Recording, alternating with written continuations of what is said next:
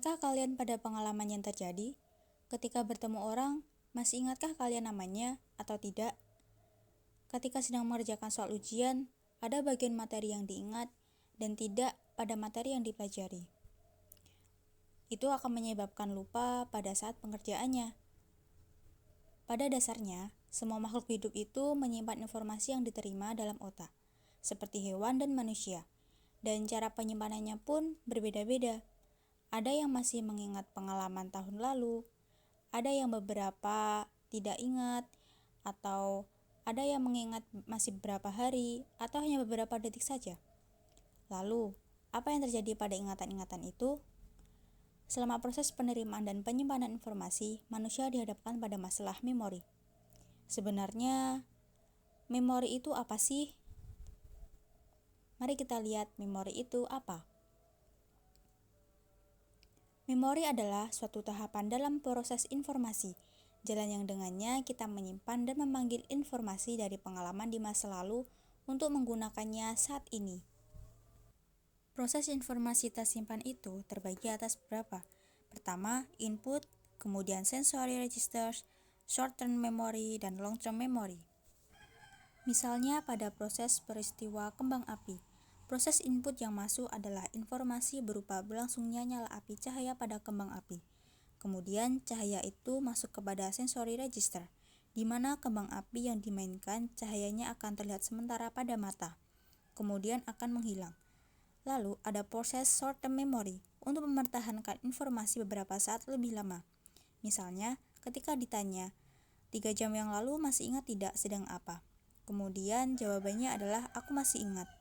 Namun, ini juga dapat berlangsung lama pada peristiwa yang diingat, di long-term memory.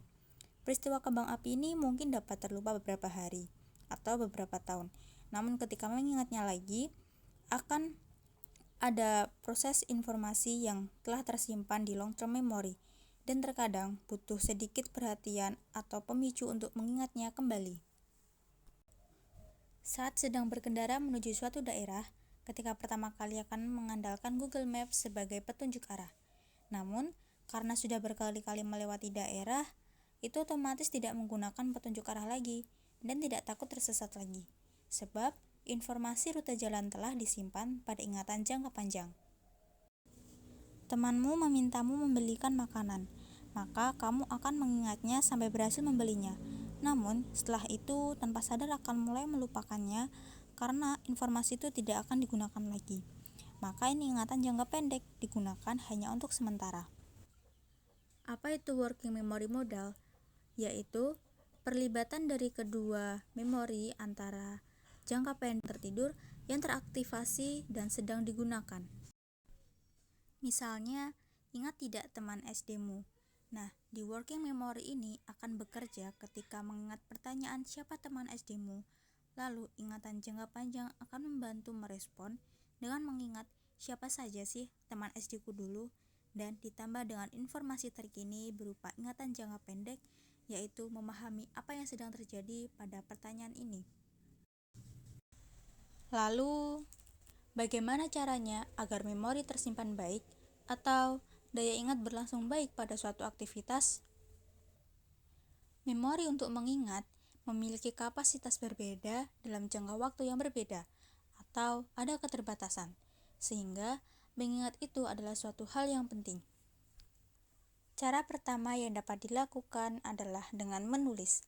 Menulis itu dapat membantu seseorang untuk mengingat hal-hal yang akan ia kerjakan atau hal-hal yang ingin dia ingat.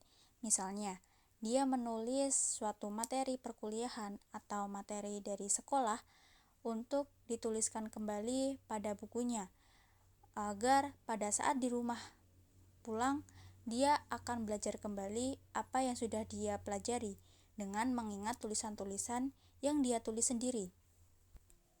Metode selanjutnya adalah mengajarkan ke orang lain. Ketika mengajarkan sesuatu ke orang lain, maka secara tidak langsung otak kita juga ikut belajar. Misalnya, mengajarkan cara memasak, atau sebagai seorang guru mengajarkan materinya kepada para muridnya. Maka, secara tidak langsung, memori-memori yang sudah terbentuk pada ingatan kita itu juga akan lebih baik. dan pastinya memori tersebut akan tersimpan dengan lebih baik lagi. Metode berikutnya adalah banyak membaca buku. Dengan banyak membaca buku ini akan mendapatkan informasi atau literatur yang semakin banyak. Semakin banyaknya buku terbiasa, maka akan terbiasa pula dengan pengalaman baru dan mudahnya mengingat akan suatu hal. Jadi dengan banyak membaca buku, maka otomatis otak kita akan mudah mengingat banyak hal tentang apa yang sudah kita kerjakan pula. Metode dengan prinsip Zeigarnik Effect, di mana membuat catatan kecil dalam sebuah materi, kemudian membuat pertanyaan tentang hal yang tidak dipahami, lalu ketika berhenti pada satu hal, maka pikirkan hal lain. Kemudian pada hal ini ada motivasi untuk mencapai sesuatu. Yang kedua adalah metode chunking. Metode ini menggunakan kata-kata ataupun penghafalan melalui kalimat-kalimat kecil atau dengan nomor-nomor. Misalnya menghafal nomor HP ataupun menghafal nama planet dan lain sebagainya. Membuat cerita lucu. Dengan membuat cerita lucu, maka biasanya memori akan lebih terkesan. Misalnya menggunakan materi yang dimana materi tersebut di dalamnya diberikan cerita-cerita lucu, agar cerita-cerita lucu itu lebih terkesan dan juga memori akan lebih berkesan dan juga lebih baik dalam pengingatannya. Kemudian menguji diri sendiri. Menguji diri sendiri ini menggunakan seperti tes. Tes ini diajarkan melalui soal-soal. Dengan soal-soal tersebut, maka kita tahu sebatas mana kemampuan kita. Menggunakan praktek, tidur yang cukup, minum air putih yang cukup, ini juga membantu memori agar terbentuk dengan baik.